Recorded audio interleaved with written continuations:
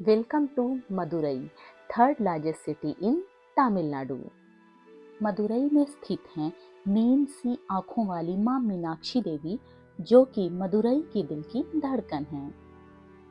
दोस्तों, आपने मां सरस्वती, मां लक्ष्मी और मां काली के बहुत से मंदिर सुने होंगे, लेकिन यहाँ पर मां पार्वती के रूप में मां मीनाक्षी जी की पूजा की जाती है।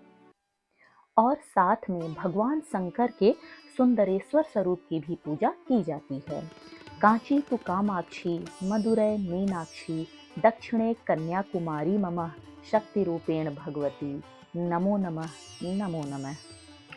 हाय guys, welcome back to my channel.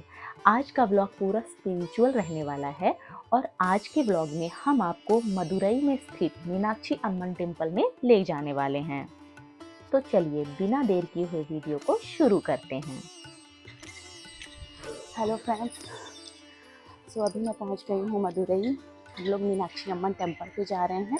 ज़्यादा टाइम नहीं हुआ है। हम लोगों ने ऐसा सोच के रखा था कि हम अप्रॉक्स 8 AM तक पहुंच जाएंगे, पर कहते हैं ना, जो सोचते हैं वो होता नहीं है। So that was the part of planning.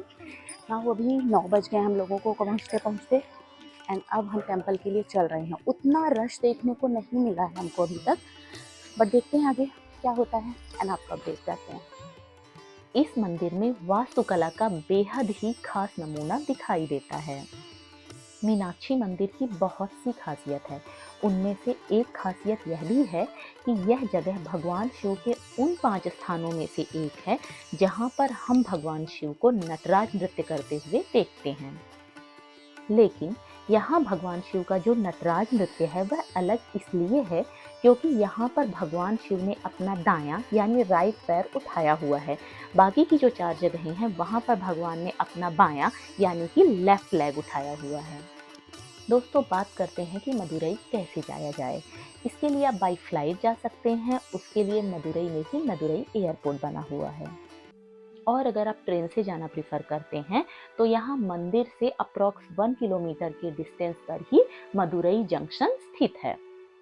और अगर आप बस से जाना प्रीफर करते हैं तो यहाँ का बस स्टैंड मदुरई मंदिर से 1 किलोमीटर की दूरी पर ही स्थित है, तो आप बस से भी इजीली मदुरई पहुँच सकते हैं। यहाँ रुकने के लिए मंदिर के आसपास 500 मीटर की रेंज में ही आपको बहुत से मंदिर एंड धर्मशाला मिल जाएंगे। मैं अभी टेम्पल के सामने खड़ी हूँ। आई थिंक जितना मैंने सुना है कैमराज वगैरह टेम्पल पे अलाउड नहीं है, मैं अंदर का तो नहीं दिखाऊंगी, अब बाहर से टेम्पल देख लीजिए। मंदिर में जो कलाकृतियां बनी हुई हैं वह भगवान शिव और मां पार्वती जी का जो शादी समारोह था उसे दर्शाती हैं।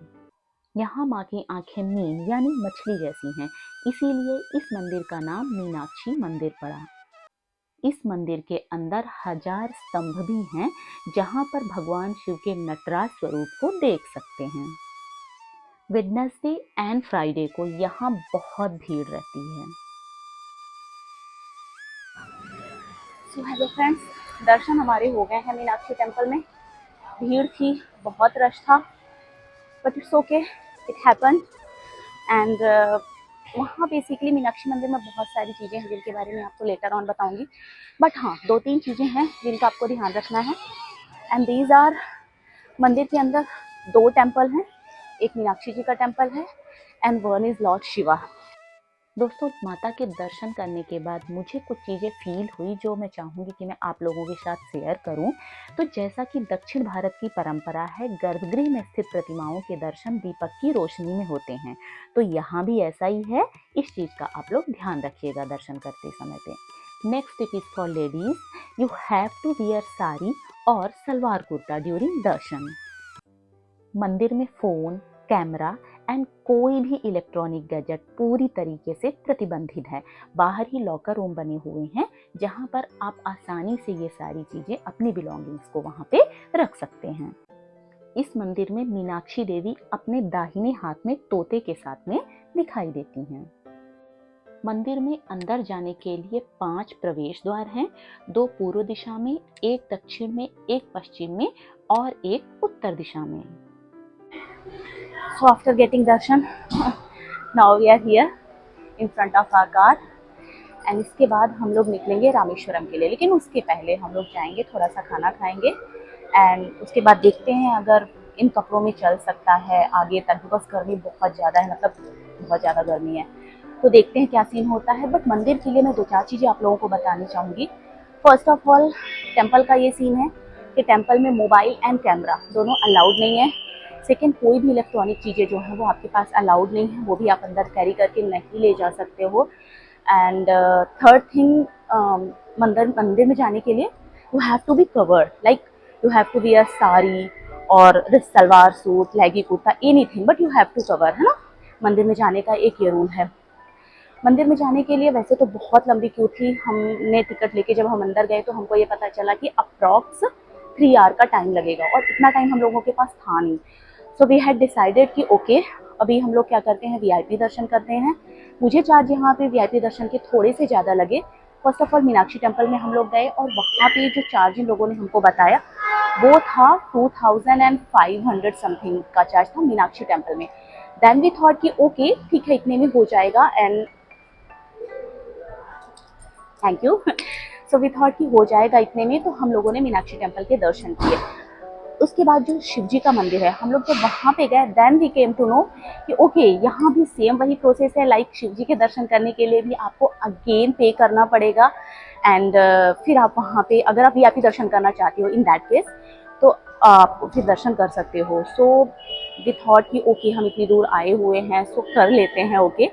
तो ये दोनों जगहों पे हम लोगों ने वीआईपी दर्शन किए। बट अगर कॉस्टिंग की बात करें तो हाँ, मुझे ये थोड़ा सा कॉस्टली ज़्यादा लगा है। एंड अगर if you are having time, और आज चूँकि संडे है इसलिए ज़्यादा टाइम भी लगा, अगर आप मॉर्निंग में आते हो या फिर हॉलीडे नहीं रहता है या संडे नहीं रहता है तो आई डोंट थिंक सो इतना रश रहेगा। अगर हिस्ट्री की बात करें तो यह मंदिर 12th सेंचुरी में पांड्यन राजवंशियों द्वारा बनाया गया था, लेकिन उसके बाद जब इंडिया में मुगल सल्तनत आई तब उन्होंने इस टेम्पल को डिस्ट्रॉय कर दिया था। इसके बाद 17th सेंचुरी में नायक गणेश्वरी ने वापस इस मंदिर को रिबिल्ड किया। तो अभी के टाइम पे आप जो मंदिर देख रहे हैं यह मंदिर 17th सेंचुरी में बना हुआ है। पौराणिक कथाओं के अनुसार पांड्यन राजा मलय ध्वज ने बहुत ही तपस्या करके मां पार्वती को पुत्री के रूप में पाया था। इसके बाद मां पार्वती पुत्री रूप में मलय ध्वज के घर में अवतरित हुई थी। राजा मलय ध्वज की मृत्यु के बाद मां मीनाक्षी ने इस राज्य का संचालन भी किया था। तत्पश्चात भगवान शिव सुंदरेश्वर रूप में पृथ्वी पर आए और उन्होंने मां मीनाक्षी से विवाह का प्रस्ताव रखा, जो कि उन्होंने स्वीकार कर लिया। कहते हैं कि भगवान विष्णु स्वयं वैकुंठ से इस विवाह का संचार करने के लिए आए थे, परंतु देवराज इंद्र की वजह से समय पर ना पहुंच पाने से नाराज होकर यहीं की सीमा पर एक पर्वत में वे रुक गए थे। बाद में जब सारे देवताओं ने मिलकर भगवान श्री हरि विष्णु को मनाया तब उन्होंने ही मां मीनाक्षी का कन्यादान किया था। तो दोस्तों ये तो थी मीनाक्षी अम्मन मंदिर की पौराणिक कहानी। दर्शन करने के बाद हम लोग मंदिर से निकले और हम लोगों को बहुत ही ज़्यादा भूख लग गई थी, तो हम लोग वहाँ के एक लोकल रेस्टोरेंट में गए और वहाँ पर हमने टिपिकल साउथ इंडियन स्टाइल में अपना लंच किया। आई डोंट नो गाइस, भूख लगी थी या वो खाना ही इतना अच्छा था, तो हमें वो फूड बहुत अच्छा लगा।